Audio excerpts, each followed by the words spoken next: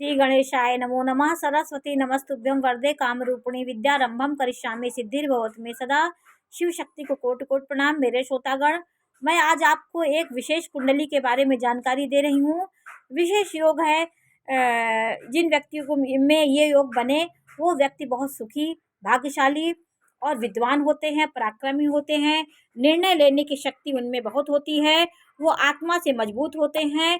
तो वो कैसी कुंडली है, देखिए आज मैं एक कुंडली बना के आपको उस विषय में जानकारी दे रही हूँ।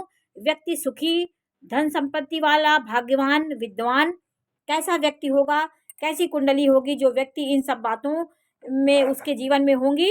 तो आज मैं आपको एक कुंडली के बारे में जानकारी दे रही हूँ कि देखिए ये कुंडली सिंह लग्न की है। सिंह लग्न का स्वामी सूर्य होता है। तो देखिए सिंह लग्न की कुंडली है।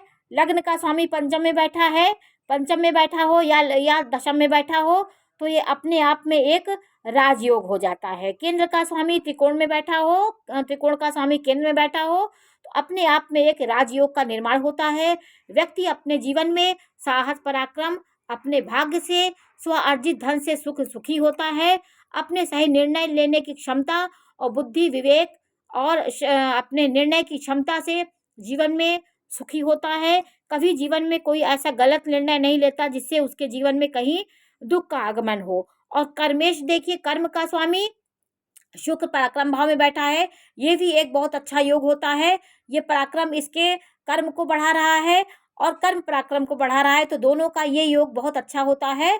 अगर आपका पराक्रम का स्वामी तीसरे का स्वामी दशम में हो जाए, दशम का स्वामी तीसरे में हो जाए, ये भी अपने आप में एक विशेष योग बनता है। क्योंकि वो पराक्रम, साहस, ऊर्जा का घर है तीसरा, वो उसका स्वामी यहाँ बढ़ जाए तो निरंतर आपकी ऊर्जा, साहस, पराक्रम और आपकी वीरता में दिनों दिन वृद्धि होती रहेगी।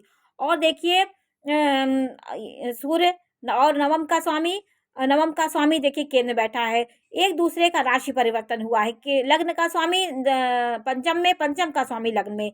ये अपने आप में एक बहुत बड़ा, बहुत अच्छा राजयोग होता है।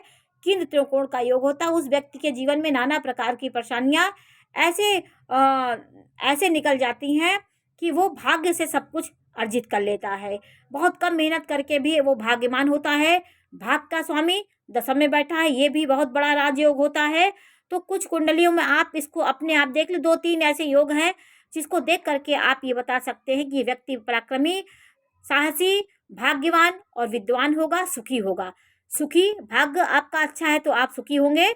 और देखिए चतुर्थ भाव भी बली हो गया। चतुर्थ भाव में अपना ही स्वामी, अपना कारक भाव का चंद्रमा दृष्टि दे रहा है, मंगल दृष्टि दे रहा है। ये भी अपने आप में एक बहुत अच्छा योग होता है। तो चतुर्थ भाव का वातावरण भी अच्छा होगा। ये सुख का भाव है, माता का भाव है। तो आपकी माता सुखी होंगी तो आपके घर में सुख होगा। माता से आपके संबंध अच्छे होंगे।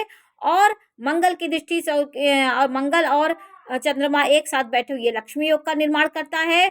शुक्र देखिए इस भाव में बैठा है, तीसरे नवम भाव को देख रहा है। तो ऐसे ऐसे ग्रहों की स्थिति होने से व्यक्ति अपने आप भाग्यशाली और उसके जीवन में नाना प्रकार की खुशियों का आगमन होता है। तो आज मैंने एक विशेष कुंडली के बारे में आपको जानकारी दी। नमस्कार।